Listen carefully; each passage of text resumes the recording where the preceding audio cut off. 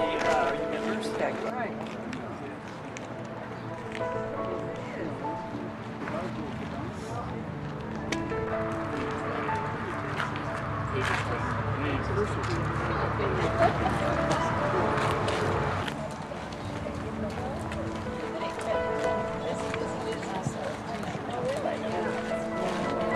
Great presenters tonight. And some of us will be filling in multiple roles, but I want to make sure we recognize everyone. I will be presenting one first person, one third person, and then I'll be doing some talking here about the history of the cemetery. Sue's going to do some stories for us, but third person this year. She's not doing a first person story. Renee Hunt back there, she's going to be doing a first person story when we get over to the other side of the cemetery. We've got Bill Bolt, who is our symbols expert. He's back here, and he also has the dowsing rods, so you'll go try those out too.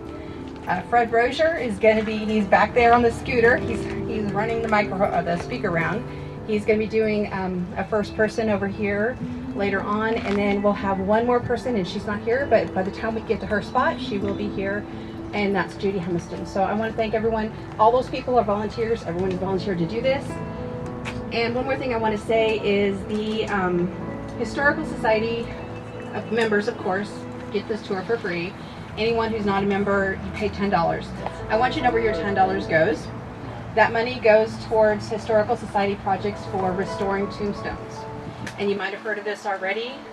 Last year there was a tombstone that was restored, and they talked about it on the tour.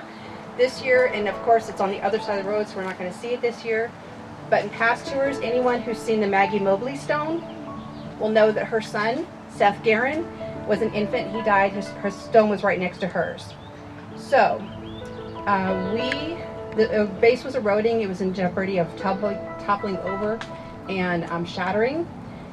I had adopted that stone. I raised $500 for it, and then the balance of the project, which was about $700, was taken out of tour proceeds from last year. And I do want to recognize too, there were 3 donors who donated money for the Seth Guerin stone. One is the Betsy Hager DAR chapter. So if there's any Betsy Hager members here, raise your hands. I am, so, okay. And the other one is the Independent. Betsy Hager gave $200, Independent gave $200, and then we had an anonymous donor who gave $100. Like I said, then the balance was taken from the tours from last year. So those of you who paid for the tour tonight, that money will be used for future restoration projects. And of course, anyone who wants to donate for restoration projects, it's tax deductible to the Historical Society. Talk to Fred or any of the board members if you want to do that. So, having said all that, we'll go ahead and get started. So I'm first up on the slate, and the thing I'm going to talk to you about is, first, welcome to the new side. This side was established in 1897. It's the new side of the cemetery. This is our first time on the new side of the cemetery. Everything's been on the other side of the past. The other side, the earliest grave there is about 1860s. And the gentleman who owned the cemetery land were 2 attorneys, George Thummel and William Platt. They owned all this land. In fact, they owned land even beyond the cemetery property. But they owned all this land. They started the cemetery on the south side. In fact, both of them, Thummel's wife and in-laws are buried over there. He's not. He's buried with his mother in Illinois. And Platt, yeah, his father is buried over there, but he actually ended up in California. So the 2 men who actually started it are not buried here. But it was a privately run cemetery. And in 1887, there was an article in the Independent that declared the book that held the cemetery records was in a shed that was blown to Sunday in a big storm on April 9th, 1887. And with it went all of the records of the burials of the cemetery. So it was reported if anyone found the book to please bring it to the cemetery. I don't think anyone found the book because in 1897, the city actually took over the property. They agreed to buy from Thummel and Platt the south side and the land on this side of the road. In 1902, there was a notice in the paper pleading with people. We know that cemetery plots are sold on the other side. If you own land please bring your deeds, your records to City Hall, because since we took over, it's pretty good with the record keeping, but we don't know what the record keeping is for some of those plots before. So we know that it's most of those plots are full over there, but there are probably some that are empty. Most of them were purchased by families, and families took care of their own plots. When the city took it over, the first year, the newspaper asked everyone to consider, and this was in April of 1897, to come out to the cemetery, help clean it up. And so it was kind of a community effort to get the cemetery cleanup done before Memorial Day. By the early 1900s, the paper was complaining that since the city took over, they weren't taking care of things. The roads were not adequately paved. There was barbed wire fences that weren't being maintained. So it was kind of different from when it was first a private cemetery that the city took over. It was kind of ownership was by everyone. And then several years later, they were like, well, the city's not taking good care of it. But then about 10 years later, they were praising the city again for how they were taking care of the cemetery. So it kind of went back and forth. But this side of the cemetery is different in the design from the south side. If you've been on the south side, you know that everything is kind of in straight rows from east to west. When you get in this side, it's on this side anyway. This is the newer part over here. But on this side, everything's in a circle. And you'll see some of that circle as we walk. It's called a wagon wheel design. And the purpose of the wagon wheel design was typically to have a center area. And you will see it in the center right now where there was maybe a place for the community to gather, Memorial Day celebrations. There was probably a flagpole. And there actually is a flagpole there, but there's not a flag, and I don't think there's been a flag for many years. Right now, actually, the city wells are sitting on that land because there's no one buried there in the center of the circle. But the entire cemetery is a circle. And then when you get this way, it starts to square up again. There is no section O or I in the cemetery because they could be considered numbers too. So that's just kind of a little bit of a history of the cemetery, how it came to be, how the city took ownership of it. And like I said, it came from a private to a publicly owned cemetery.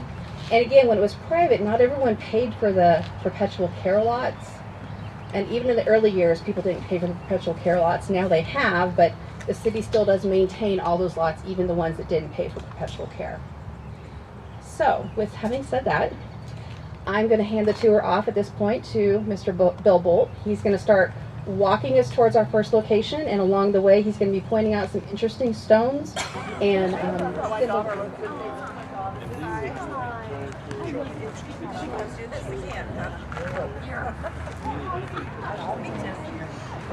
using rods. Some people can use a wine stick, a bottle with a string tied to it with water in it. It will spin when they walk across something like water or whatever. But to me, it's got something to do with the magnetics of the earth. Water running underneath of us creates magnetism. Otherwise, we are standing on a Ogallala aquifer and nothing would happen. I mean, with the rods as we are.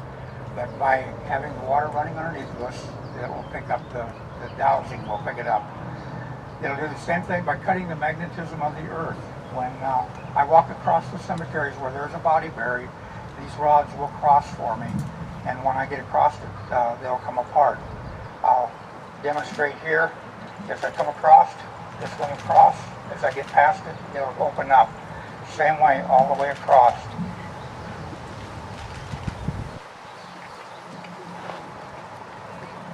And you can see this one here is going to have two people buried behind this stone here. You can tell that it's a grave usually by the width. It's only like a couple feet wide, and the grave is, if it's an adult, will probably be about 6 feet long. So these rods will stay crossed until I get past where the body was buried. That's just the way the ground was dug up. Some people can take the rods and hold it over the grave, and depending upon which way the rods will swing, either right to left or back and forth, they can tell the sex of that person there. It does not work for me. That's good enough that I can do it, so I'm not going to pretend I can do it either. But you can also use a watch fob. It'll swing right, left, or left, right. So that's just a short course of dowsing. If you got any more questions, I can answer them later. They just got two stones with a lamb on them. If you will notice, the lamb has got the undocked tail on both of them. Anytime you see a lamb with an undocked tail, it's going to usually be on a child's grave. The undocked tail represents unblemished or purity, is what it amounts to. But they'll always be on a child's grave. Here we have a heart, which represents the love. Also on, you'll see them on adults also, but this one here is on here. And then you can see the little plot. It's like a bed right there for it. Is what that Just one north was of Grand marked Island. for.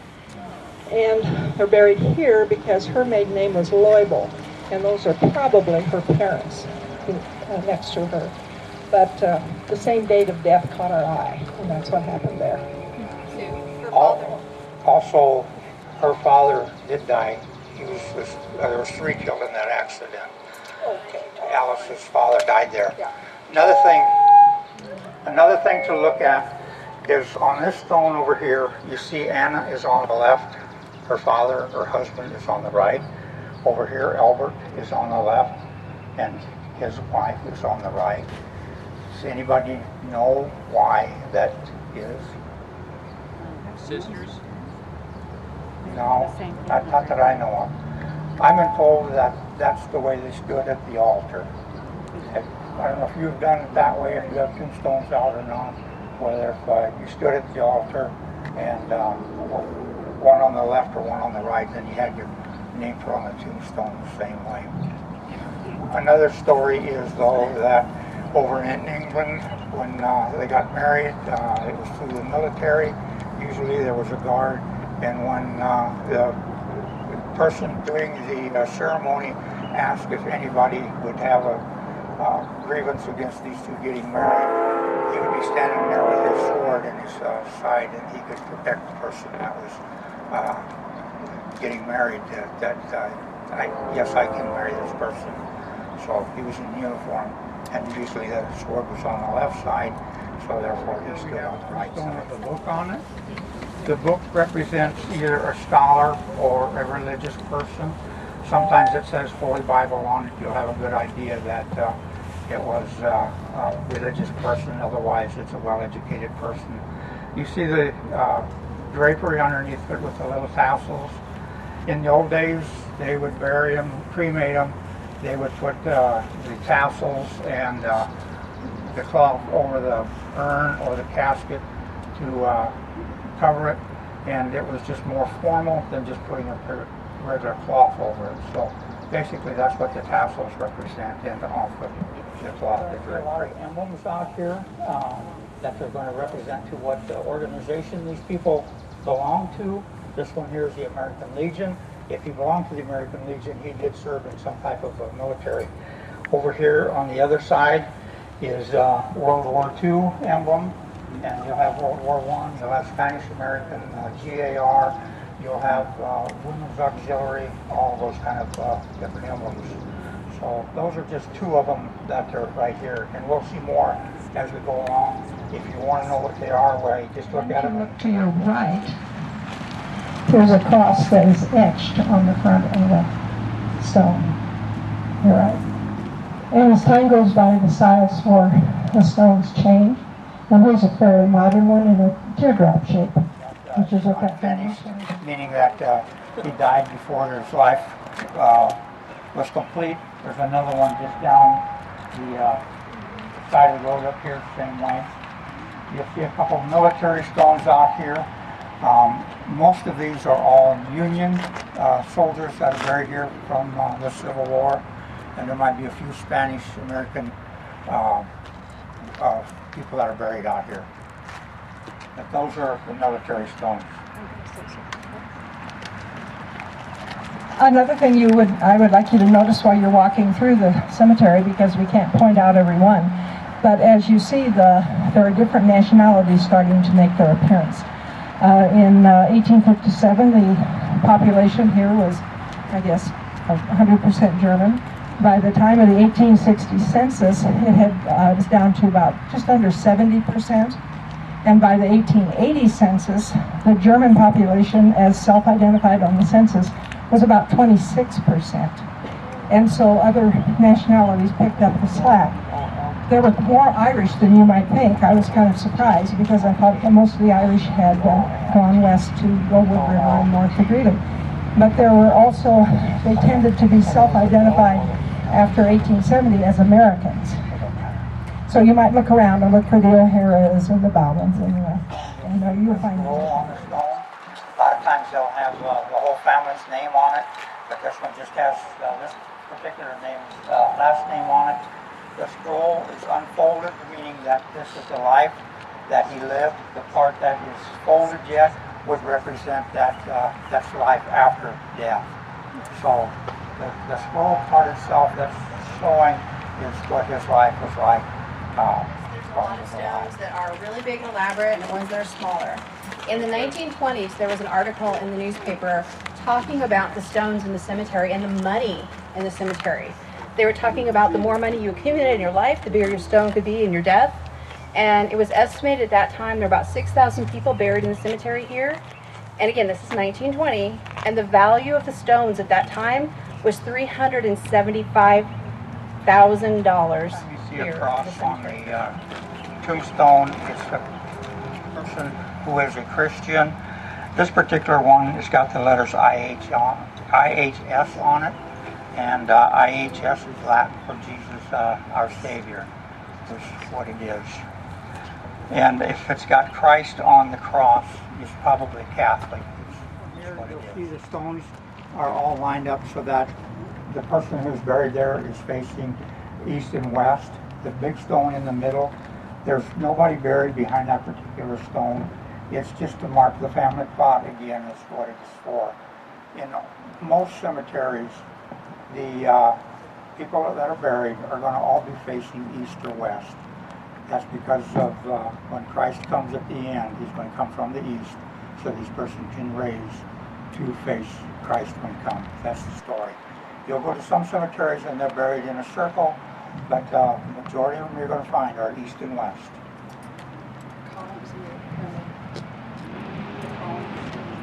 Okay, over here on the left or your right, there's a column there. It's got leaf on it, the dark brown colored one. That column represents that person was probably a pillar of the community or a pillar of the family, one way or the other.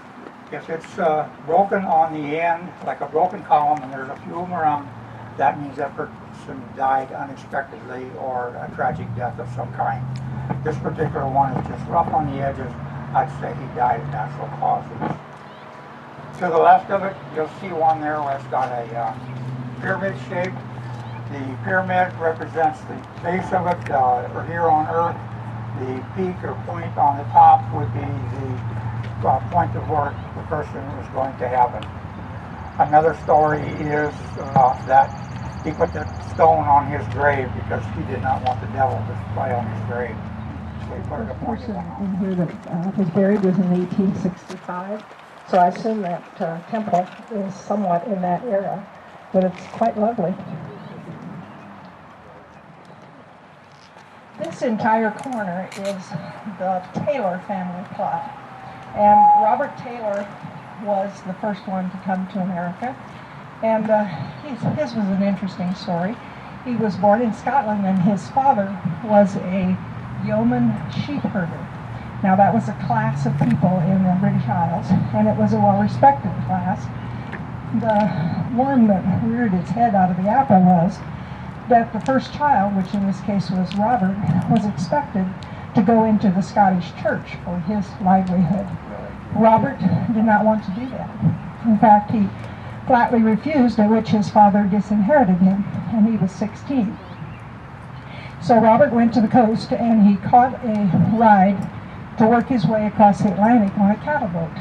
When he arrived in New York City, well, he really wanted to go to California, so he found another cattle boat. This time it was going to Nicaragua. And when he got there, he got off the boat and walked across Central America to the Pacific Ocean. So he really didn't want to go into the church. Okay? But he found another boat and made it up to San Francisco, and then just north of San Francisco, which was his goal, because that's where sheep herding country was in California. He immediately got a job as a sheep shearer, and he saved his money, and within a few years he'd saved enough, and then he had somebody who would loan him some money, and he bought 600 sheep. And this is what the record says, and I can hardly believe that it means exactly this, but it said he walked to those sheep to Wyoming. So tomorrow morning, how about you? You want to leave for Wyoming with 600 sheep and you're walking? Well, anyway, he did. And he wanted to go to Wyoming because that's where the public lands were. And anyone could use the public lands, and so he did. Now, if you know anything about Western history, you've probably heard of the sheep herders and cattlemen's wars. Well, they were going on when he was there, and later, but he never got into any of that. And later somebody said, well, how did you avoid all that? And he said, well, I just kept away from all of it. I minded my own business, and he survived that. Well, while he was there, he discovered that to get his sheep to the market in Chicago, which was the nearest market for sheep can't make that long a trek on a train without stopping at a certain point to be fed and watered and reloaded and go on. He looked at the map, and he found that halfway between where his sheep ranch was and Chicago was Hall County. So he came out here and he purchased land, and he set up a station where his sheep could be put on. And he set up a little town there as time went by, a very nice house, which ended up 2 houses put together, very nice, and a grocery store and a blacksmith shop and all sorts of things in a little town, which he made Ovina. Ovina is Latin for sheep. So that's where he settled. Once he got that done, he went back to Scotland for a time, and then when he returned, he had a wife. And her name was Agnes, and that's probably the reason for the big, beautiful house out at Ovina. It's close to, I think the whistle stop there is called Abbott, but the town was Ovina. So they prospered.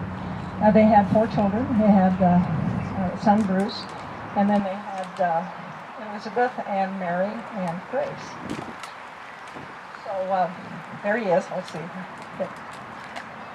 So he's farming, and as time went by, well, 1903 arrived, and something else arrived, and that was President Roosevelt in the city of Grand Island.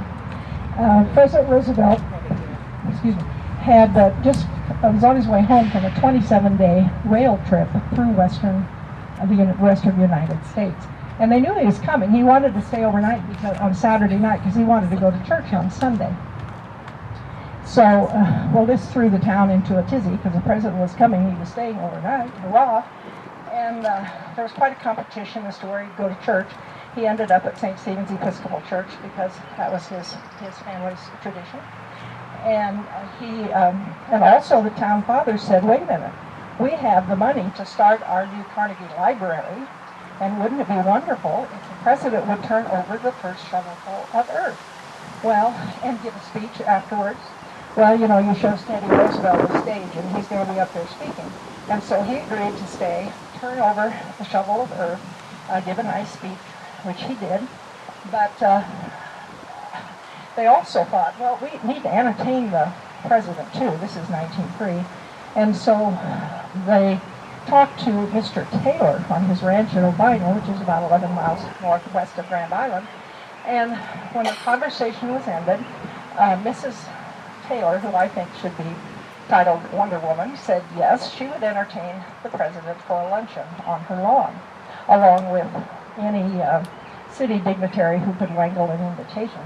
And Teddy Roosevelt, who thought a day was wasted when physical activity wasn't involved, thought it would be a good idea to ride out there on horses.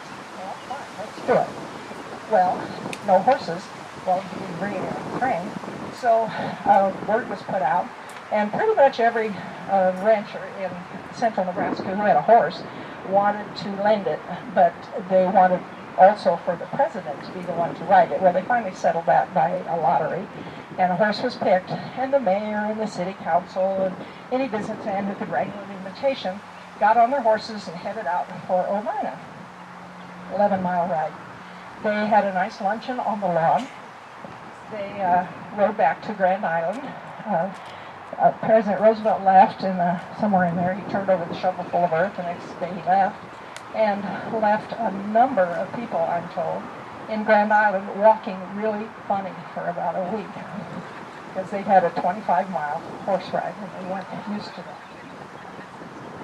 In 1904, Mrs. Taylor died. It wasn't because of the luncheon, I'm sure. She passed away. And Mr. Taylor Robert was just devastated. Plus, he had 3 small children to care for. And his wife's sister, who lived in Scotland, wrote and said that she would come and watch the children because he traveled on his boat. So they agreed to that. And she came out and helped to raise the children. And eventually, she and Robert were married. When World War I came along, his son, Bruce, only son, went to war and was killed in France. And Mary, his sister, said later, in later years, he said the heart went out of father when Bruce was killed. He had not much in the farm after that, in the ranch after that. And then he passed away. Right here are telling you that they are interred somewhere else. This guy is buried in Mons Argonne Military Cemetery in Romaine, France, and this one is interred in Kearney Cemetery, Story, Wyoming, meaning that these two are cenotaph stones. Anybody that is buried somewhere else that has a memorial to them in another cemetery, and these would be the cenotaphs. So there was nobody buried on these 2 particular stones here. And then you can see this one over here was World War I U.S. Army, and I don't know why they have Korea on it, because he wouldn't have been old enough to go to Korea, I don't think. 1893 to 1980, I suppose it's possible that he would have been up there in age for Korea. So. And Theodore Beekler's stone is right behind the lady in the red t-shirt, right there, yes. And he was also in the service, and he earned the Distinguished Flying Cross and the Air Medal. And he was, I believe, involved in the Korean War, mainly is what he was in. Yes, Beekler Park. Good job.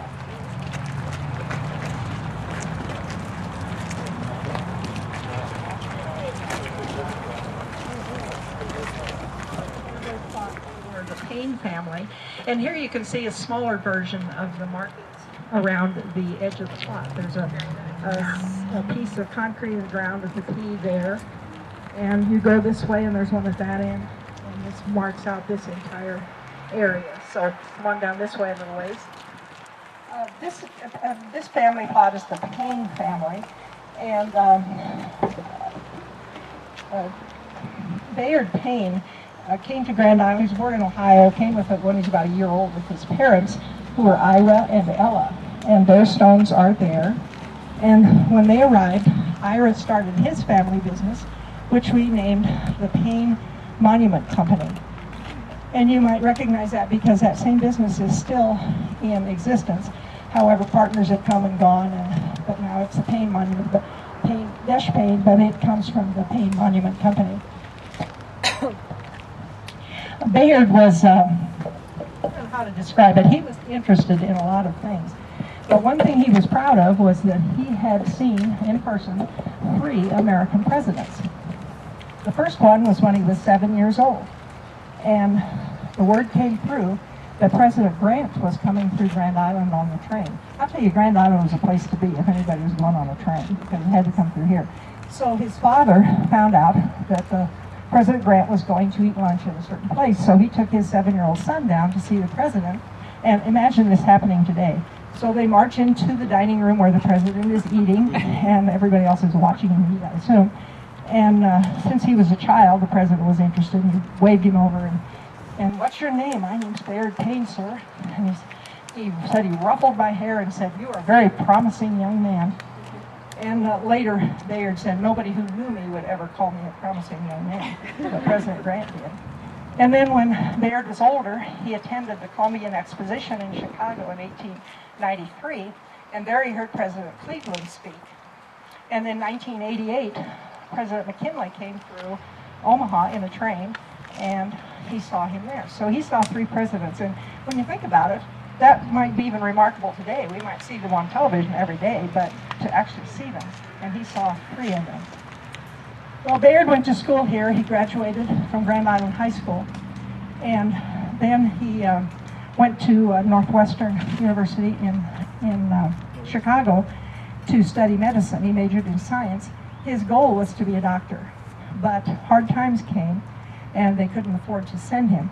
So he got his degree in science, then returned to Nebraska. He was a principal of the school in North Loop, Nebraska. Then he came to Grand Island and was assistant principal here and taught science.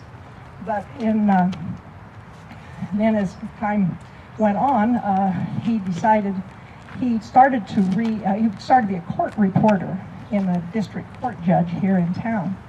And he did that for a while, liked it, and he started to read law with that district judge. Now, it was still possible then to become an attorney, as Abraham Lincoln did. You just read law with a lawyer who would do that for you. And so although he eventually got a degree from the University of Michigan, he started practicing law much earlier than he got his degree because he had been reading law.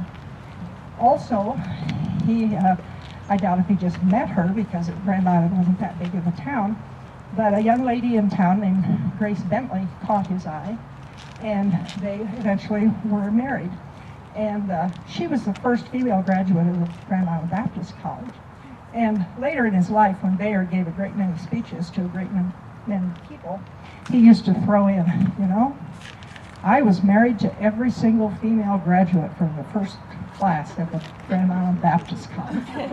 And as you can imagine, he got women squirming in their seats and men going, whoa, dog. But anyway, then he had to say, well, there was only one female graduate, and I married her. So they had, let's see, they had 3 children. They had a son, Bayard Jr., and then they had a son, Charles, and then they had a daughter, Alice. And the Paynes seemed to move fairly frequently. The first house they lived in, I can describe it to you. You can drive by it today because I've driven by it 5 times in the last week just going places. But in Grand Island, okay, on the street, 2nd Street, and where it turns into the one-way, and the eastbound goes south and then curves in a block, the house on the northeast corner was the first Payne house. And they lived in that house. It's very recognizable. There's been a garage built on, but they lived there. And then within the year, they moved to a little house in the 1000 block, about half block away. And they called that the cold house because they couldn't keep it warm in the winter. In fact, Alice was born in that house. And when it was time for her to learn to crawl, they deemed it unsafe for her to crawl on the floor because she might catch something, pneumonia. And so she learned to crawl inside it. After he got his law degree, that he would be he wanted to be a district judge. I mean, he read under one and he decided he could do that. So he decided to run for the office. Well, this was really a long shot. In the first place, Othman Abbott Sr. currently held the job, and he was very well respected in town. And it was most of the district was south of the Platte River. So he and Grace got in their little jitney car and put signs on either side and visited every county in the area and talked to most of the people that they could get their hands on. And when the votes were counted, he was the new district judge. Well, this required travel over all that area, and he was gone a lot. Well, he came home one time and found Grace sick in bed, Alice upset because she was supposed to entertain her Campfire Girls troupe, and how is she going to do this? Well, Bayard leaped in to help her. He set a theme of Hiawatha. He helped her make the invitations and deliver them. He wrote a song for the occasion, and when all the little girls showed up, he supervised the party. So I guess he's a Renaissance man. Eventually, he ran for the Nebraska State Supreme Court and was elected. He spent 18 years on the Supreme Court, and 30 of his decisions were published in a national attorney's booklet as being clarifying old law or setting new law. So he had to find a legal mind. The family was a traveling one. When summer came, they got in the car and went. It was almost always in the car. They traveled to most of the 48 states at the time. One memorable summer, they made their way to Europe with their cousins, the Houstons, and there they toured by car Europe. So they went. When Bayard was about 83 years old, they took a car trip down to Florida. It was over 2 weeks. He drove every foot of the way at 83 years of age. And when he got home, he seemed to, well, he was fine, but within 2 weeks he had passed away. So I guess he got his last trip to Florida and he must have been happy. So that's the Payne family. And if you follow me next door, we'll go to their almost relatives, the Bentleys. One other thing, on the bottom of the stone where his story is, that could be called a resume stone. Most of them are more information on it than this one, but it would be called a resume stone. And then to the right of the tree, there is an emblem there, and that's the emblem for the Betsy Hagar chapter, which is an active chapter here in the Grand. She was a professional librarian, and she was a librarian at what is now the University of Nebraska at Kearney. It was Kearney State Teachers College at the time. And I'll just throw in this note, when I went to college, she was the librarian, and my work-study job had me working at the library. And so I saw her every day I worked, and I was terrified of her, as was anybody sensible. But she just was stern. But she knew her business, and it was a well-run library. Their stones are very similar. I assume they got the nice stones because Mr. Payne owned the Payne Monument Company. But the Bentleys, Charles was born in England. He came to America and lived in Freeport, Ohio. And he went to Freeport High School. And in his grade school was one of his classmates was a man whose name you might know, but you'll know what he did. Charles Guiteau was one of his classmates, and Charles Guiteau was the man who assassinated President Garfield. So that was one of his classmates. But Charles came here. He worked his way up. He went to the Civil War. When he came back, he worked his way up in the Freeport Bank. And when he came to Grand Island, he started a private citizens bank, which you could do then if you had enough money to put a foundation for it. Later, and you'll hear more about this later, he went in with Mr. Wallback to start the Donald family. The Donald family owned a wholesale distributing business, and in 1955 they sold that business to George Martin, and so the business that they started eventually was Skagway.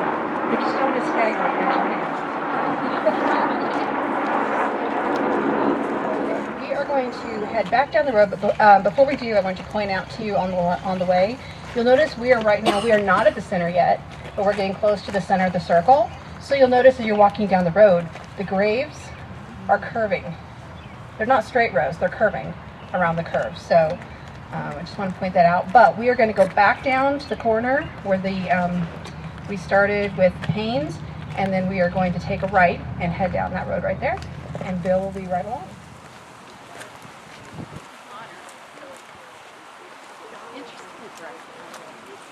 Father was Dr. Hugh Flippen.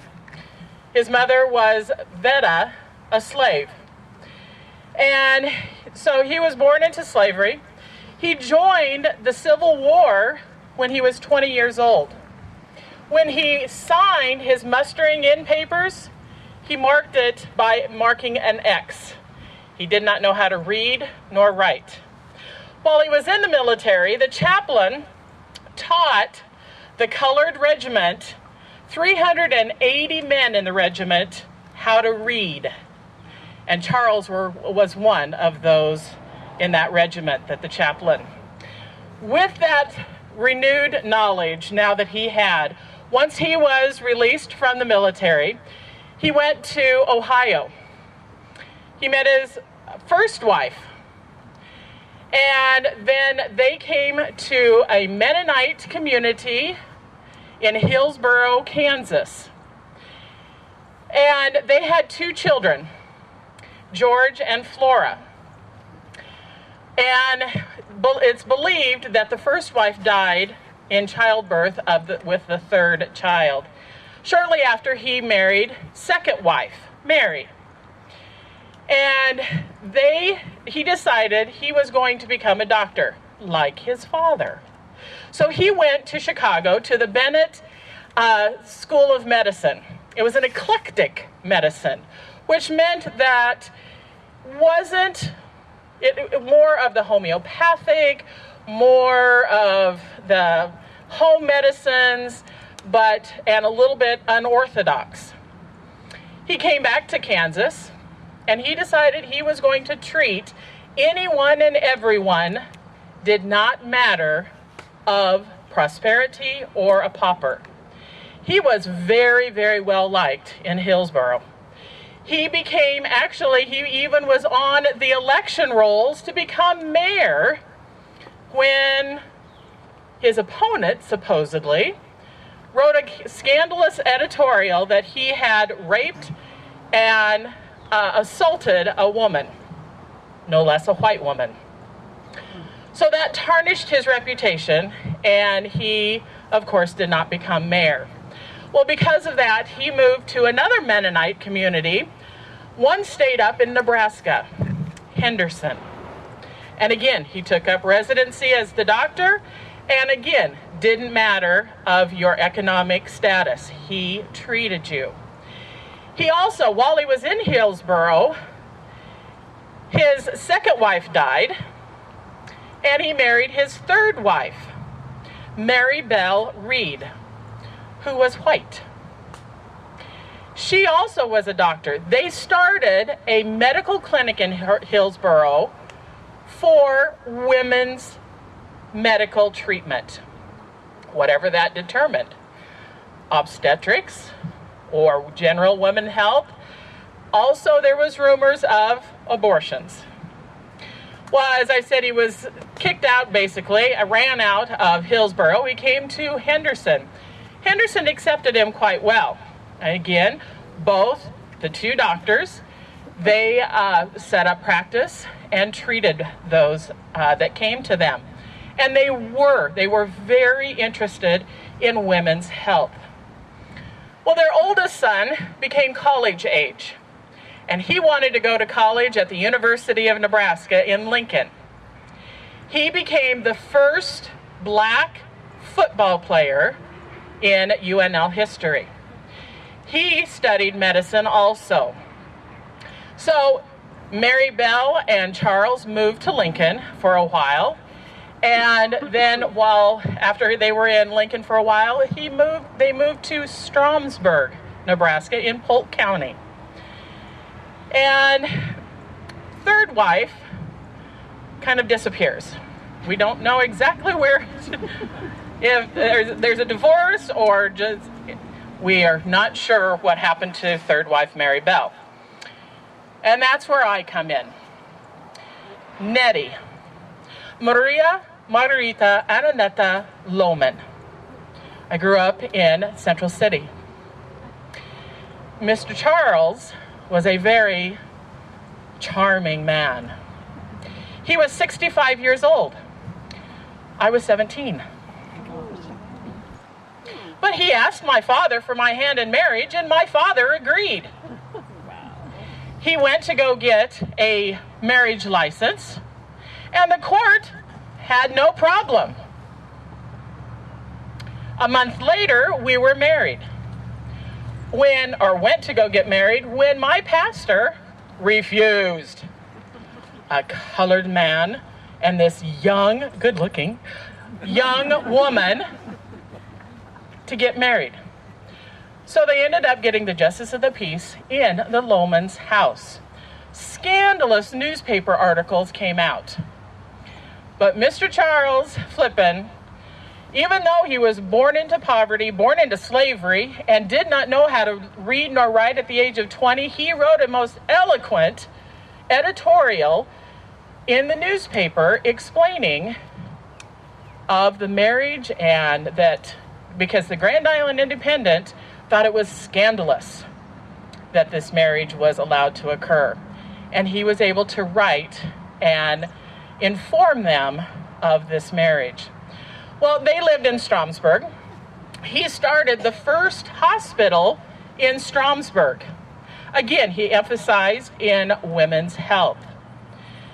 Until a young lady from Hampton came to Stromsburg, believed to be seeking an abortion. She was working at a hotel in Stromsburg and there died. The people of Stromsburg extremely liked Dr. Flippen, and they rallied around him. And no, could not have been an abortion. He would not do anything like that. And the district attorney in the area decided the case was closed. Although the doctor in Hampton was a rival and pushed the issue, insisted that they do an autopsy instead of backwoods Polk County, and pushed the issue, and finally, about 4 months later, Charles was arrested. Went to trial, but before he went to trial, again, Charles was extremely wise. He tried his case in the papers. He wrote editorials to the Stromsburg Headlight, to the York Times, and to the Grand Island Independent, telling his side of the story. That tainted the jury selection. They had a hard time finding a jury that didn't know anything about the trial. He was acquitted of that trial, but that was the first of many on Dr. Charles. The marriage of myself and Charles dissolved shortly after we moved to Grand Island, and another court case came, and I filed for divorce for cruelty. I was able to petition the court and received my maiden name back. And so as to the world and as to the courts, that marriage never happened. In later life, my grandchildren never knew anything about that marriage until they ran across our wedding picture. So Nettie, that secret was a secret for her. And she ended up marrying 2 other gentlemen in her lifetime. But Charles, after the divorce with myself, with Nettie, he married then for the 5th time. And he married then Grace Flippen. Grace was a black woman from here in Grand Island. And as I have learned about Grace, she must have been a saint to have been able to be put up with Dr. Charles. He was injured during the Civil War, and so he had some frailties, but as the age increased, those frailties became more exacerbated. And so she took care of him until he went into the Sailor and Soldiers Home in 1929. A year later, the doctors at the Soldiers Home wrote that he was incapacitated, could not eat by himself nor dress himself. And that was May of 29. But dear Grace, in October of 29, dismissed him from the Soldiers Home, drove him to California to see his youngest child in California. She must have been a saint to travel. That was on Highway 30 in the 30s. There he died in California. And she drove back by herself. The body was shipped here, and they are buried here together.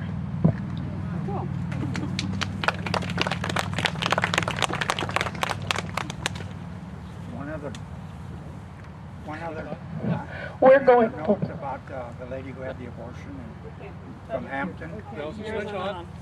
Should be a blue light in the middle. Okay. Another note about the lady A little further. who There you go. died from the abortion is buried in the cemetery northeast of Hampton. Her mother and father are buried there, but she has an anchor on it. The anchor is a symbol of hope. In European times, when Christians were being persecuted, it was also the symbol of a cross at that time, so that nobody would know that they were being persecuted. One of the two pergolas here at the north side of the cemetery, and this is the Meyer family plot. Mr. Henry Meyer, right over there by you, Lori, was the first to come to America. He came from Frankfurt, Germany, and he stopped in St. Louis where he had a confectionery business, and there he met and married his wife Helen. After a few years there, they came to Grand Island, and he started another business. This one, though, listen carefully, it was a confectionery and cakes and oyster bar. At Christmas, he had pickled pig's feet also added to it. I've seen that in the paper. So that's where he was. And they lived in a building that is still there. If you know where Azteca Market is downtown, it used to be the Wabax building.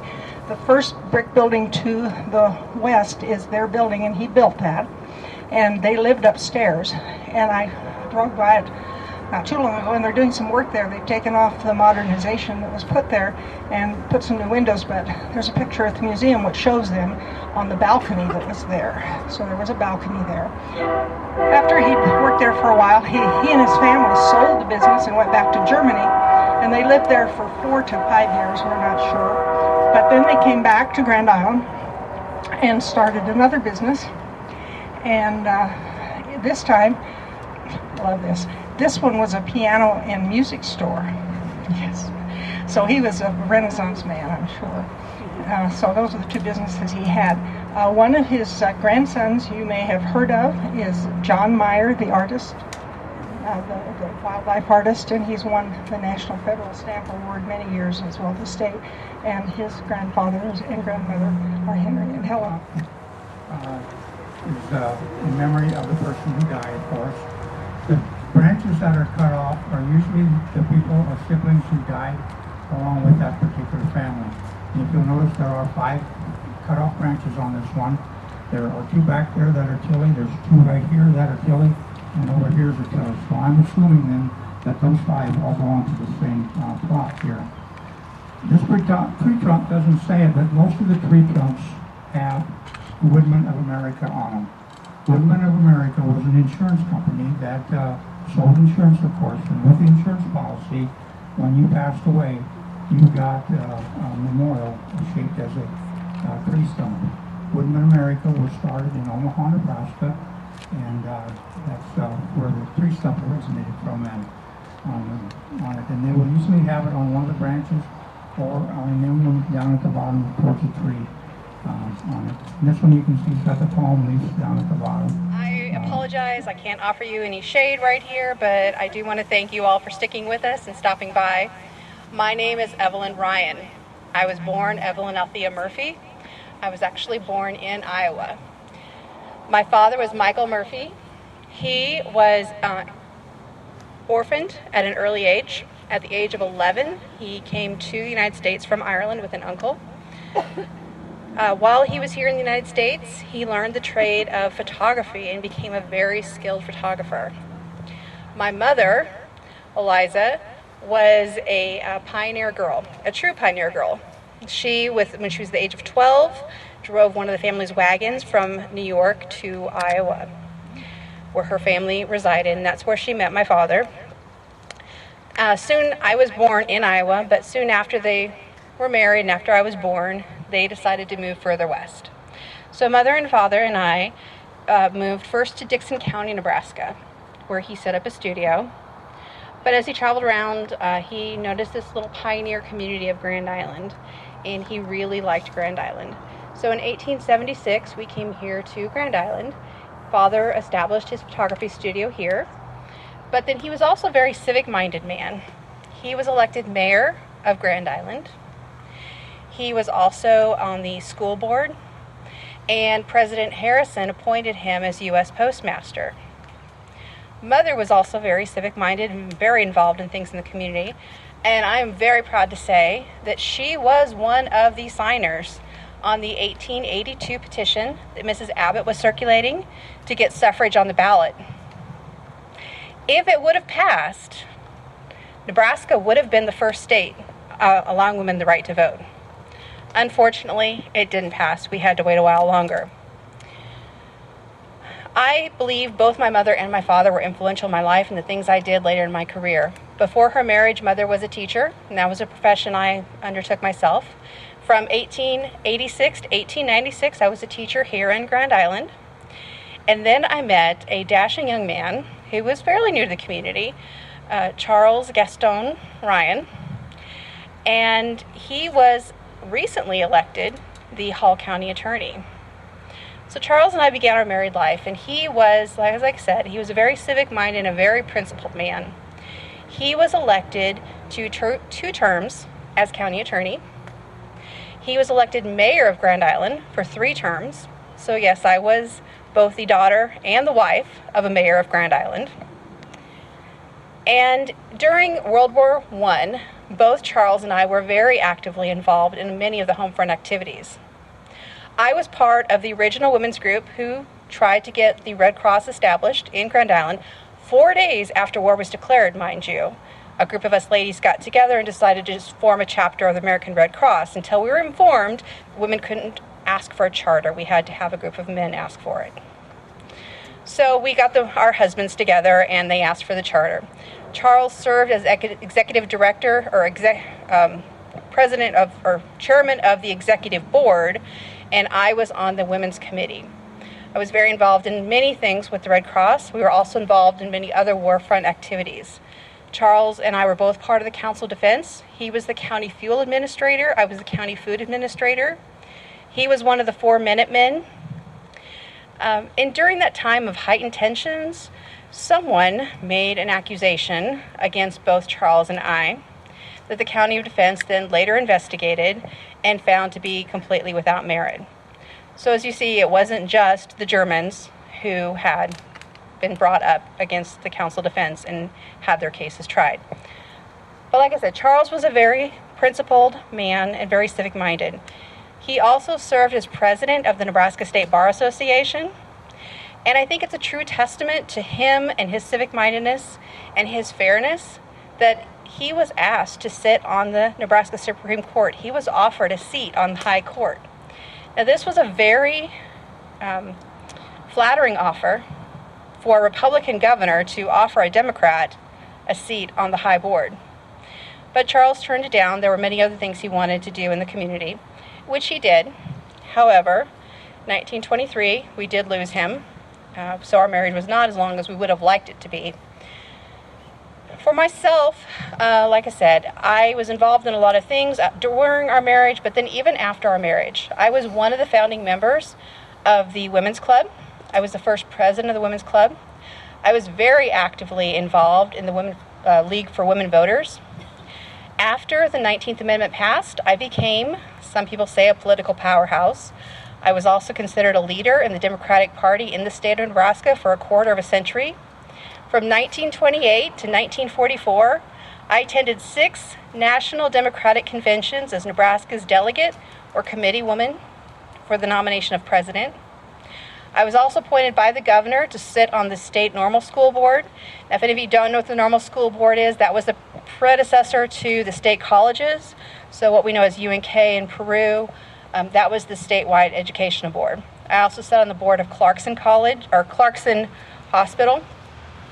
And I was involved in many other things in the community. In fact, it's said that hardly any community, cultural or civic organization in the community did not have me as a founder or as one of the founding members or one of the leaders of the organization.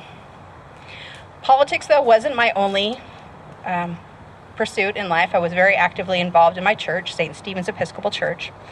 I do have to say that one more thing on politics. I did have very many influential individuals pass through my home here in Grand Island, and I'm proud to say that William Jennings Bryan himself sat at my dining room table. What I want to leave with you, though, is just because you are a certain gender, race, everyone can make a difference in their community. I was the daughter of an orphaned immigrant and a pioneer girl who found places in my community that needed my assistance. I stepped in, I rolled up my sleeves, and I got to work. So, with having said that, I'm very pleased that you stopped by today, and I'm going to send you on your way to hopefully find a shadier spot. Horth, who is actually my husband's law partner, and I am proud to say that the office of Ryan and Horth is the oldest established law office still operating in Grand Island today.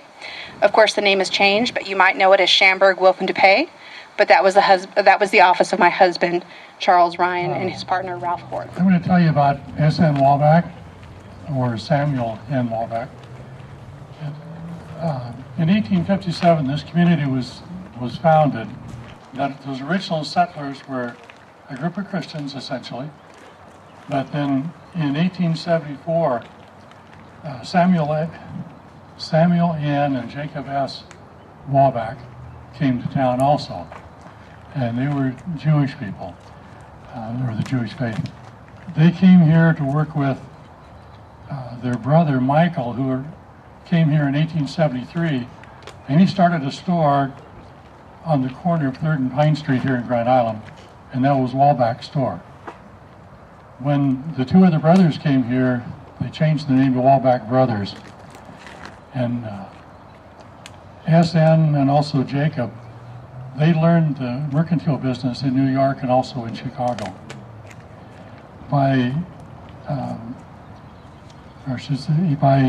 The first store they had was just a 20 by 50 foot single-story building, and their business really thrived in there. So shortly after that, they added a second floor onto the building, and they still, their business was really thriving.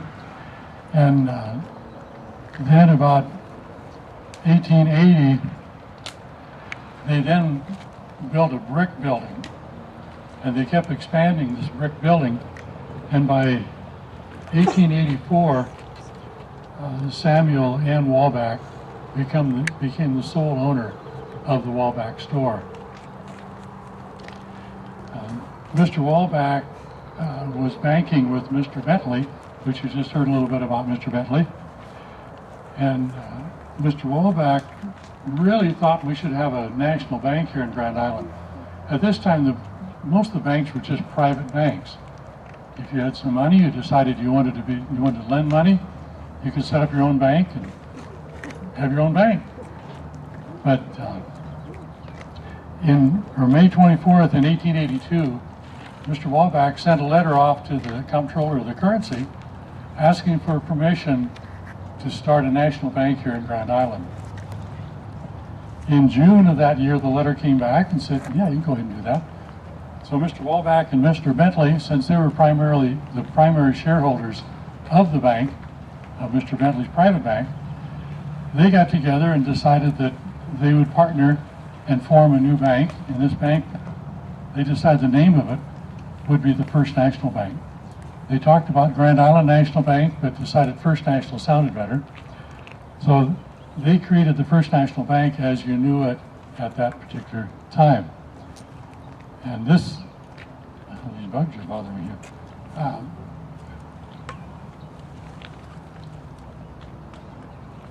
Let's see, where did I leave off here? When Mr. Walbach sent this letter in, he was only 31 years old. And he had 8 years of business experience here in Grand Island. So really, he wasn't here very long, and he's starting this new bank. Walbach then also, they kept expanding their store, and they made 2 more additions onto it. And between 1884 and 1890, they added a new brick front on it. And the building at this time was 120 by 132 feet, and now 3 stories tall. And that building essentially is what you see now at 3rd and Pine Streets. Well, Mr. Walbach wasn't only interested in retail business and banking. He was also a member of the lower house of the Nebraska legislature in 1885. He was a member of the state senate in 1887 and also 1890. He was an unsuccessful candidate for lieutenant governor for the state of Nebraska in 1892. On the ticket was also J. Sterling Morton, which you also heard a little about. Wallbach was connected with several other banks and financial institutions, including the Bank of Doniphan, the Carroll State Bank, the Ravenna State Bank, and he was a large landowner in Greeley County, and the town of Wallbach was named for him. Among other accomplishments, Sam Wallbach was a person most responsible for bringing the Capitol Theater to Grand Island. Wallbach and Sons and grandsons carried on the family tradition at the First National Bank until it was sold to Norwest Bank. S.N. Bud Wallbach, whose grave is right over here, he carried on the family philanthropy and the banking business.